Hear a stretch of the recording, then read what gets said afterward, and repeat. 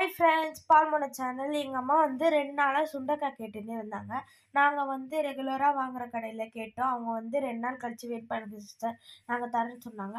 இத வச்சு தான் நம்ம இப்ப டிஷ் பண்ண போறோம். வாங்க போலாம். ஹாய் ஃப்ரெண்ட்ஸ், பால்மன சேனல். இன்னைக்கு வந்து நம்ம ஒரு ரெசிபி பார்க்க போகிறோம். இன்னைக்கு என்னென்னா, நான் சட்டி வச்சிருக்கேன் அடுப்பில். சுண்டக்காய் குழம்பை பற்றி தான் நம்ம பார்க்க போகிறோம். எண்ணெய் ஊற்றிப்போம்.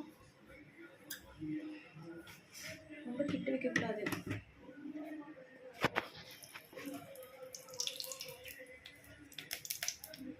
எண்ணெய் ஊற்றிட்டு நம்ம வந்து இப்போ சுண்டக்காவை வந்து எண்ணெயில் வந்து வறுக்க போகிறோம்.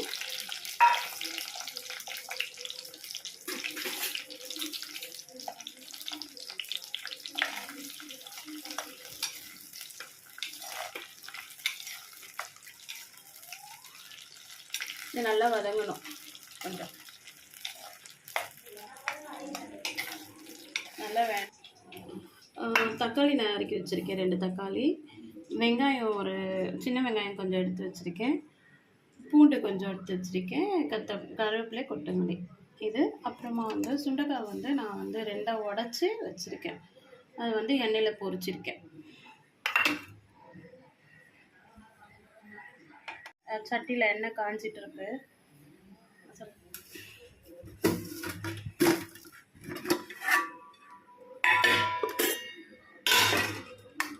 இதான் நம்ம மசாலா பெட்டி.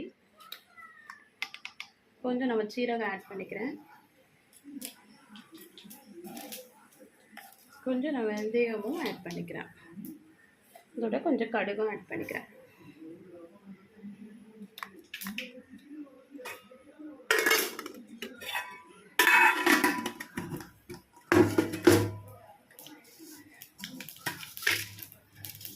பொரிஞ்சிடுச்சு. வெங்காயம், நான் சின்ன வெங்காயம் ஆட் பண்ணுறேன்.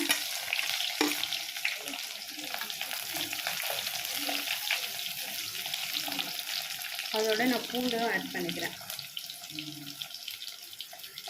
இந்த கருவேப்பிலையும் நான் இதிலே சேர்த்துக்கிறேன். இன்னும் நல்லா வதங்கணும். இப்போ பார்த்தீங்கன்னா தக்காளி நான் ஆட் பண்ணுறேன் வெங்காயத்துக்கு.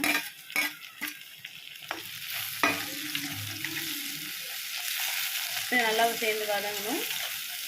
இதோட நம்ம உடச்சி வச்சுருக்கோம் இந்த சுண்டைக்காய் பார்த்தீங்கன்னா, அதையும் நான் வந்து ஆட் பண்ணுறேன்.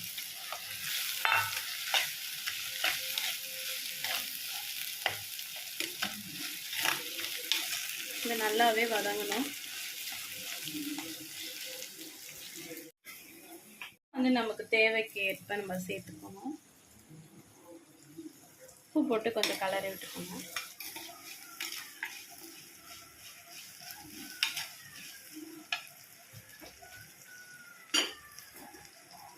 அடுத்து பார்த்திங்கன்னா மசாலா. வீட்டில் நீங்கள் அரைச்சிருக்கீங்கன்னா அந்த மசாலாவே சேர்த்துக்கோங்க. நல்லா டேஸ்ட்டாகவே இருக்கும். ஏன்னா நம்ம அதில் எல்லாமே போட்டு தான் அரைப்போம். மிளகு, சீரகம் அந்த மாதிரி போட்டு அரைப்போம்.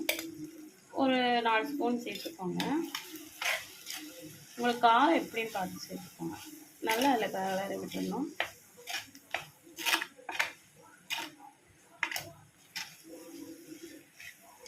நல்லா அதோட மிக்ஸ் ஆகிடும். பார்க்கும் போதே ரொம்ப அட்ராக்ஷனாக இருக்குது. கலரு க்ரீனு, ரெட்டு இதெல்லாம்.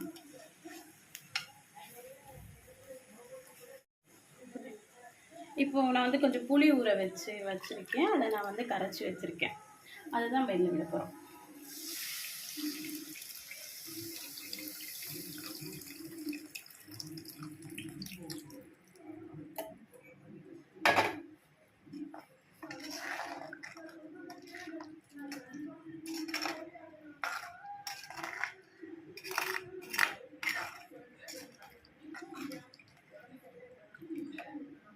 இப்போ இதை நல்லா கொதிக்கணும். கொதிச்சோன்னா உங்களுக்கு காட்டுறேன்.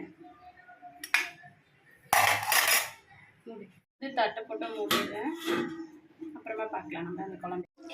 இப்போ பார்த்தீங்கன்னா சுண்டைக்காய் குழம்பு ரெடி ஆச்சு. செம்மையாக இருக்குது. இது வந்து அந்த சட்டியில் இருக்கனால அது வந்து சூடாகிட்டே இருக்கும். அந்த கொதிச்சுட்டே இருக்கும் கொஞ்சம் நேரம். அதுக்கப்புறமா வந்து சூப்பராக வந்து செட் ஆகிடும். நான் கொஞ்சம் கொத்தமல்லியும் தூவியிருக்கேன். நல்லா இருக்கு. வாசனையாவும் இருக்கு. நீங்க பார்த்துருப்பீங்க சுண்டக்காய் காரக்குழம்பு. சிம்பிளான ஒரு டிஷ்ஷு தான். இது ரொம்பவே நல்லாயிருக்கும். அ இது குழந்தைங்க, பெரியவங்க சில பேர் சாப்பிட மாட்டாங்க. ஏன்னா, இது கசப்பு தன்மை உள்ளதுன்னு. ஆனா, இத எடுத்துக்கிட்டிங்கன்னா ரொம்ப நல்லது உடம்புக்கு. இதில வந்து மருத்துவ குணங்கள் நெறைய அடங்கியிருக்கு. எனக்கு தெரிஞ்சத நான் சொல்றேன். உங்களுக்கு தெரிஞ்சா நீங்க கமெண்ட்ல பண்ணுங்க. இதில வந்து அடிக்கடிக்கு வந்து மயக்கம் வருது சொல்றவங்க இத யூஸ் பண்ணலாம். ரொம்ப நல்லது. அப்புறம் கொமட்டிட்டே இருக்கு, வாந்தி வர மாரி இருக்கு அப்படின்னு சொல்றவங்க, இத சாப்பிட்டீங்கன்னா கொஞ்சம் நல்லாவே இருக்கும். இரும்பல் அடிக்கடி இரும்பிக்கிட்டே இருப்பாங்க. அவங்க இத எடுத்தீங்கன்னா இன்னும் ரொம்ப பெனிஃபிட். அப்புறம் ஃபைல்ஸ் இருக்கவங்க வந்து ரத்தப்போக்கு போயிட்டு இருந்துச்சுன்னா, இத சாப்பிடலாம். அந்த ரத்தத்த ஸ்டாப் பண்ணதுக்காக இது உதவும். அப்புறம் உடல் சோர்வு அதிகமா இருக்கிறவங்க, அவங்க வந்து ரொம்ப டயர்டாவே சில பேர்லாம் இருந்துகிட்டே இருப்பாங்க. அவங்க கூட இத எடுத்துக்கலாம் இதுல. அப்புறம் யூரின் சரியா முடியல, ப்ராப்ளமா இருக்குன்னா, இத நீங்க சாப்பிடலாம். அல்சர் அல்சர் இருக்கவங்க கண்டிப்பா இத எடுத்துக்கலாம். ரொம்ப நல்லது இது. இதுல நெறைய மருத்துவ குணங்கள் அடங்கியிருக்கு. இன்னும் நெறைய இருக்கு. எனக்கு தெரியாது. இன்னும் நெறையவே இருக்கு. நீங்களும் இது ட்ரை பண்ணி பாருங்க. உங்களுக்கு பிடிச்சிருந்ததுன்னா. அ இன்னைக்கு வேத வசனம் என்னன்னா, அவர் என் விண்ணப்பங்களின் சத்தத்தை கேட்பார். சங்கீதம் 28:6.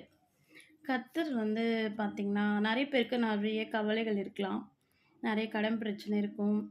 ஆ நெறைய பேருக்கு நெறைய ப்ராப்ளம்ஸ் இருக்கு. யாருக்குமே ப்ராப்ளம் இல்லைலாம் சொல்லவே முடியாது. நெறைய பேர் சோர்ந்து போயிருப்பீங்க. பிள்ளைங்களுக்கு கல்யாணம் ஆகல அப்படின்னு சொல்லிட்டு இருக்கலாம். ஆ நெறைய பேர் வேற ஏதாவது பிசினஸ்ல ஏதாவது ப்ராப்ளம் இருக்கலாம். அவங்கள வந்து நீங்க வந்து ஏசப்பா கிட்ட நீங்க வந்து ஜெபம் பண்ணும்போது, விண்ணப்பம் பண்ணும்போது, கர்த்தர் கண்டிப்பா உங்க ஜெபத்த கேட்பார். நாங்களும் உங்களுக்காக ப்ரேயர் பண்ணிக்கிறோம். God bless you. Thank you.